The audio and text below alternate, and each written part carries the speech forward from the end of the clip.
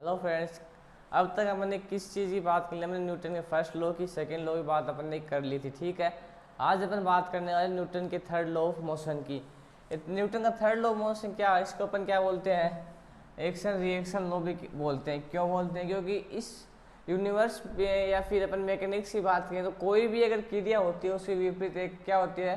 क्रिया होती है। उसको अपन क्या बोलते हैं? Action reaction. इसका मतलब अगर अपन एक एग्जाम्पल की अगर अपन बात करें, ठीक है, अगर कोई भी अगर अपन टायर के ऊपर हथौड़े से वार करते हैं तो टायर के ऊपर हथौड़े से वार करने के बाद हथौड़ा वापस अपनी ओर कुछ दिशा की ओर क्या करता है? गति करता है। उसको अपन क्या बोलते हैं? Action reaction. अपन ने एक्शन क्या की? हथौड़े से टायर के ऊपर मारा, उसकी रिएक्शन क्या हुई? हथौड़े टायर पे टकराने के बाद हथौड़ा वापस क्या हुआ? गति किया। वो पर क्या होगी? Action reaction. अपन मान लो अपन ने 5 न्यूटन के बल से अपन टायर के ऊपर हथौड़ा मारा तो वापस वो क्या हो गया? -5 न्यूटन के बल से क्या आया? वापस गति की। इसको अपन क्या बोलते हैं? एक्शन रिएक्शन लॉ बोलते हैं। दूसरी अगर अपन बात करें, अगर अपन किसी कील के ऊपर हथौड़ी से मारते हैं तो उस कील पर चोट लगने के बाद वो भी क्या है? थोड़ी दूरी वापस अपनी ओर क्या करती है? तय करती है। वो क्या हो गया? उसकी रिएक्शन होगी। एक्शन क्या था? आपने वो कील को ठोकना, और जो हथौड़ी से अपन को वापस कुछ दूरी गति करती है वो उसकी क्या हो गई? रिएक्शन हो गई। ठीक है, एक क्वेश्चन आता है डिफेंस में कि समुद्र में तैराकी संभव हो पाती है किस नियम के कारण से? न्यूटन के फर्स्ट लॉ ऑफ मोशन से। ये मैं क्वेश्चन लिख देता हूँ। समुद्र क्या फिश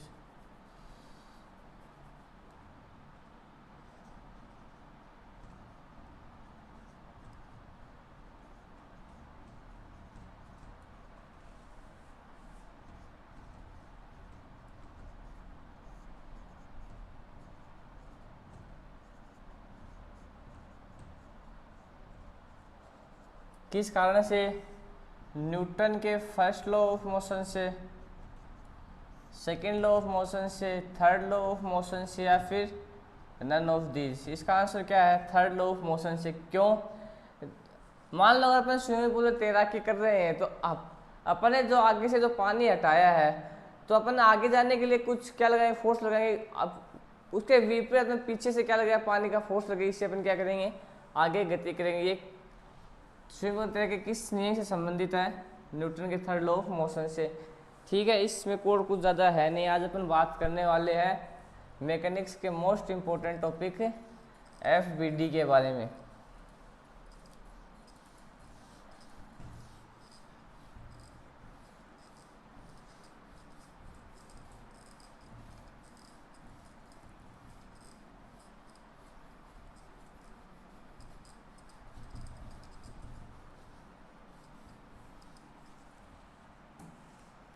किसकी?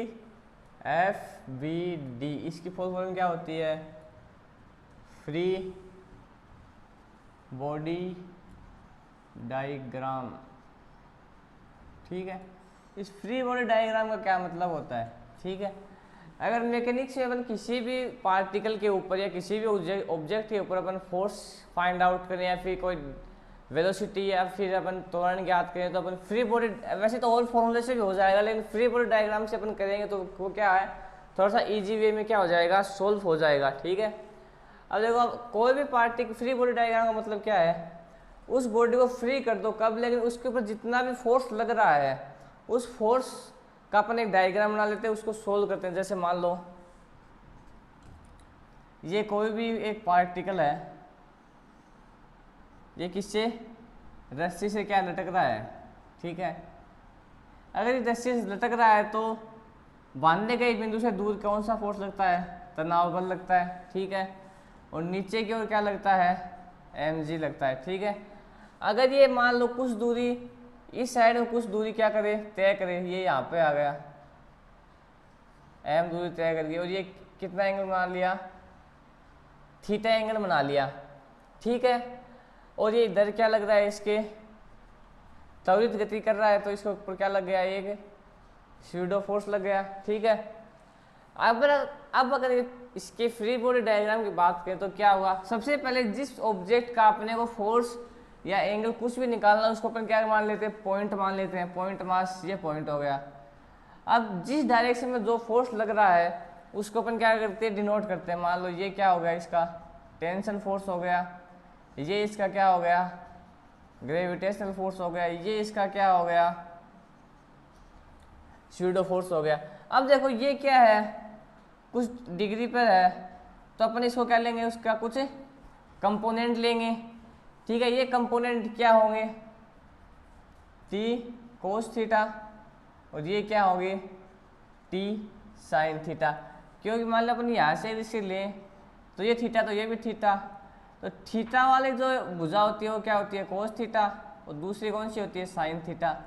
अब ये फोर्स इसके बराबर है, ये फोर्स इसके बराबर है। ठीक है, तो T cos theta is equal to क्या आ गया, एम जी के, और टी साइन थीटा किसके बराबर आ गया, एम ए के आ गया। अगर अपन दो में अगर एक का भाग दें तो क्या आएगा, टी साइन थीटा अपॉन में टी कोस थीटा बराबर एम जी अपॉन में एम ए। ठीक है, क्यों, क्योंकि अपन इसको मान लो एम ए अपॉन में एम जी। ठीक है, ये टी से ये टी कैंसिल, ये एम से ये M cancel, sine theta upon में कोस थीटा कितना आ गया, टेन थीटा बराबर क्या हो गया, ए अपॉन में जी। और अगर अपन इसकी एंगल की अगर अपन बात करें तो ये क्या होगा, theta is equal to tan inverse A upon में जी। ठीक है, अगर अपन इसको मान लो, इसके अगर अपन त्वरण की अगर अपन बात करें, अपन ये मान ले अपन इसको क्या निकालना है, इसका एक्सीलरेशन निकालना है। तो मान ले अपन ये जो थीटा की वैल्यू अपने दी है 45 डिग्री। ठीक है, अपन इसके यहाँ पे 45 डिग्री रखें तो 10 45 degree is equal to A upon में जी। जी की वैल्यू कितनी होती है, ग्रेविटेशन वो होती है 9.8 मीटर पर सेकेंड स्क्वायर।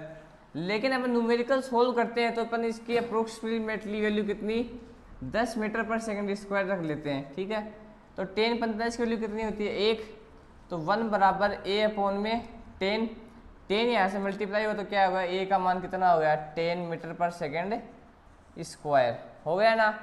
अब देखो कितने इजी वे में ये क्या होगा, ये न्यूमेरिकल सोल्व हो गया। ठीक है, अब मैं आपको ये क्या बनाता हूँ, सारणी बनाता हूँ। उस सारणी में देख के जो भी फोर्स है वो इस पर अप्लाई कर दे और फिर उसका क्या बना ले, फ्री बॉडी डायग्राम, जिससे क्या हो जाएगा, इजी से सोल्व हो जाएगा। ठीक है, ये अपन मैं एक बार यहीं पर रहने देता हूँ इसको। जैसे ये देखो, एक तो ये क्या हो गया फोर्स, एक ये कब लगेगा, और इसका कंडीशन क्या, इसकी डायरेक्शन क्या होगी, और इसका क्या होगा फॉर्मूला। ठीक है, अब देखो अगर किसी भी ऑब्जेक्ट का अपन फ्री बॉडी डायग्राम बनाना है तो जो ग्रेविटेशनल फोर्स है, कौन सा, ग्रेविटेशनल फोर्स, ये तो अपने को क्या है, ऑलवेज ही लगाना है। ठीक है, कभी भी, या फिर कोई स्ट्रिंग से हो, या फिर कोई सर्कुलर मोशन हो, या फिर कोई सरफेस दी हो, कुछ भी हो, अगर अपने फ्री बॉडी डायग्राम बनाना तो अपने एम जी तो ऑलवेज ही लगाना पड़ेगा। कब लगाना पड़ेगा, ये ऑलवेज ही लगाना। इसका डायरेक्शन क्या होगी, इसकी डायरेक्शन होगी डाउनवर्ड। जैसे देखो इसमें मैंने लगा रखा है, ये एम ऑब्जेक्ट है, ये स्ट्रिंग से क्या है, फिक्स्ड है, लेकिन इसे एम जी कहाँ लगा हुआ है, ऑलवेज नीचे लगा हुआ है। ठीक है, इसका फॉर्मूला क्या होता है, एम जी होता है। ठीक है, फिर अगर अपन दूसरे अगर फॉर्मूले की अगर बात करें फोर्स की, तो क्या होता है, नॉर्मल फोर्स। ठीक है, नॉर्मल फोर्स क्या होता है, अभी थोड़ी देर पहले आपको बताया था कि अगर एक्शन रिएक्शन में कोई भी अगर ऑब्जेक्ट है, अपन कहीं एक रिएक्शन करता है, उसकी विपरीत क्या होती है, एक रिएक्शन होती है।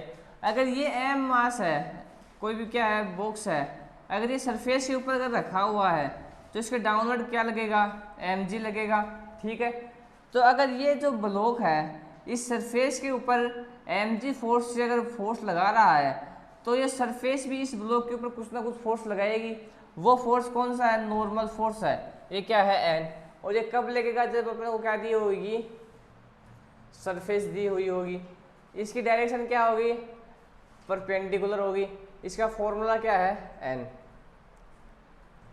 ठीक है, तीसरे अगर अपन फोर्स की अगर अपन बात करें, तीसरा फोर्स कौन सा है, फ्रिक्शन फोर्स।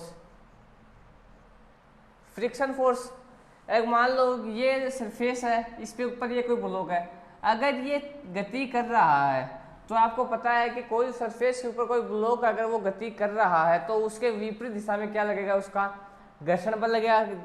ठीक है, क्या लगेगा इसके ऊपर, विपरीत साइड में क्या लगेगा, घर्षण बल। ये कब लगेगा, जब हमें क्या दिया हुआ वो फ्रिक्शन कोफिशिएंट अगर अपने को दिया हुआ उन्हें, तो ये क्या लगेगा, फ्रिक्शन फोर्स। फ्रिक्शन कोफिशिएंट क्या होता है, म्यू होता है। इसकी डायरेक्शन क्या होगी, इसकी डायरेक्शन होगी ऑपोजिट फ्रॉम मोशन। मोशन से क्या, मान लो अगर ये इस दिशा में गति कर रहा है तो घर्षण बल की दिशा कौन सी होगी, ये होगी। ठीक है, इसका फॉर्मूला क्या होता है, म्यू एन होता है। ठीक है, अगर कई के ये होगा सर इसका तो म्यू एम जी होता है, फ्रिक्शन फोर्स तो म्यू एम जी होता है, म्यू एम जी होता है, लेकिन ये क्या है, एक कंडीशनल फॉर्मूला है। ये कैसे, ये भी देखो आगे 2-4 रूम मेडिकल बताएंगे तो उसमें होगा, लेकिन इसका तो मेन फॉर्मूला ये क्या है, म्यू एन, ये तो इसका क्या है, कंडीशनल फॉर्मूला है म्यू एम जी। ठीक है, अब तीसरे फोर्स की अगर अपन बात करें, कौन से, टेंशन फोर्स की। टेंशन फोर्स कब लगेगा, जब अपने को क्या दी हुई होगी, कोई भी रस्सी मतलब स्ट्रिंग दी हुई होगी, जैसे ये एम मास है, स्ट्रिंग से क्या है बंधा हुआ, फिक्स्ड है, तो इसके ऊपर क्या लगेगा, टेंशन फोर्स। ये अपने क्या लगाया था, टेंशन फोर्स लगाया था। ये कब लगेगा, जब अपने को क्या दी हुई होगी, स्ट्रिंग, इसकी दिशा का कहाँ होगी, किसके बांधे गए बिंदु की ओर होगी, मतलब टू हैंगिंग पॉइंट। ठीक है, और इसका फॉर्मूला क्या होता है, टी होता है। ठीक है, और अगर अपन पांचवें अगर फोर्स की अपन बात करें तो वो कौन सा है, स्यूडो फोर्स है। स्यूडो फोर्स आपको मैंने एक न्यूटन के सेकेंड लॉ ऑफ मोशन में बताया था स्यूडो फोर्स क्या होता है। स्यूडो फोर्स क्या होता है कि जो न्यूटन के जो नियम है वो किसके लिए, सिर्फ इनिशियल यानी जड़त्वीय तंत्र के लिए लागू होते हैं, नॉन इनर्शियल फ्रेम के लिए क्या होता है, लागू नहीं होते। नॉन इनर्शियल फ्रेम के लिए जड़त्व के नियम या फिर न्यूटन के नियम लागू करने के लिए एक बल की कल्पना की गई, वो क्या था, स्यूडो फोर्स था। और इसकी डायरेक्शन क्या थी, अगर मान लो कोई पिंड अगर ये है इस तरफ, अगर ये त्वरित गति कर रहा है यानी एक्सेलरेशन मोशन कर रहा है इस दिशा में, तो इसके विपरीत दिशा में क्या लगेगा, स्यूडो फोर्स। ये कब लगेगा, जब कोई भी पिंड कौन सी गति कर रहा है,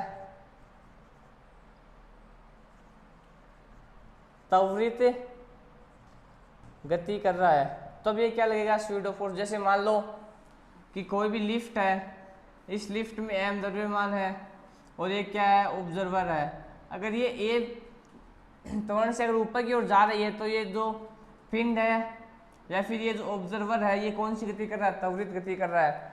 तो ये अगर गति कौन सी तरफ है, ऊपर है, तो इसके स्यूडो फोर्स कहाँ लगेगा, ऑलवेज डाउनवर्ड लगेगा। इसकी डायरेक्शन क्या होगी, ऑलवेज डाउनवर्ड होगी। ठीक है, इसका फॉर्मूला क्या होगा, एम ए होगा।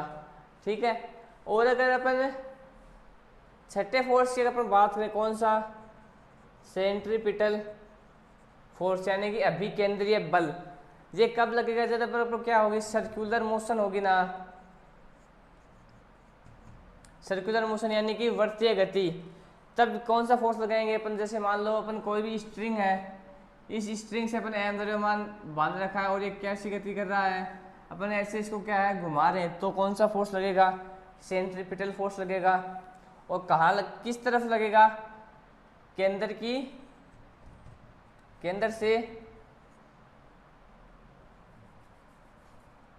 की ओर लगेगा। ठीक है, इसका फॉर्मूला क्या होगा, mv²/r। और अपना अगले फोर्स की अगर अपन बात करें वो कौन सा होगा, इलेक्ट्रिक। अगर अपन दूसरे फॉर्मूले की अपन बात करें तो वो कौन सा है, इलेक्ट्रिक फोर्स है। इलेक्ट्रिक फोर्स ये कब लगेगा, जब मान लो अपने कोई भी क्या हो, चार्ज यानी कि आवेश दिया हुआ, तो अपन क्या लगाएंगे, इलेक्ट्रिक फोर्स लगाएंगे। ये कब है, जब अपने क्या दिया हुआ होगा, चार्ज मोशन कर रहा होगा, तब अपन क्या लगाएंगे, इलेक्ट्रिक फोर्स।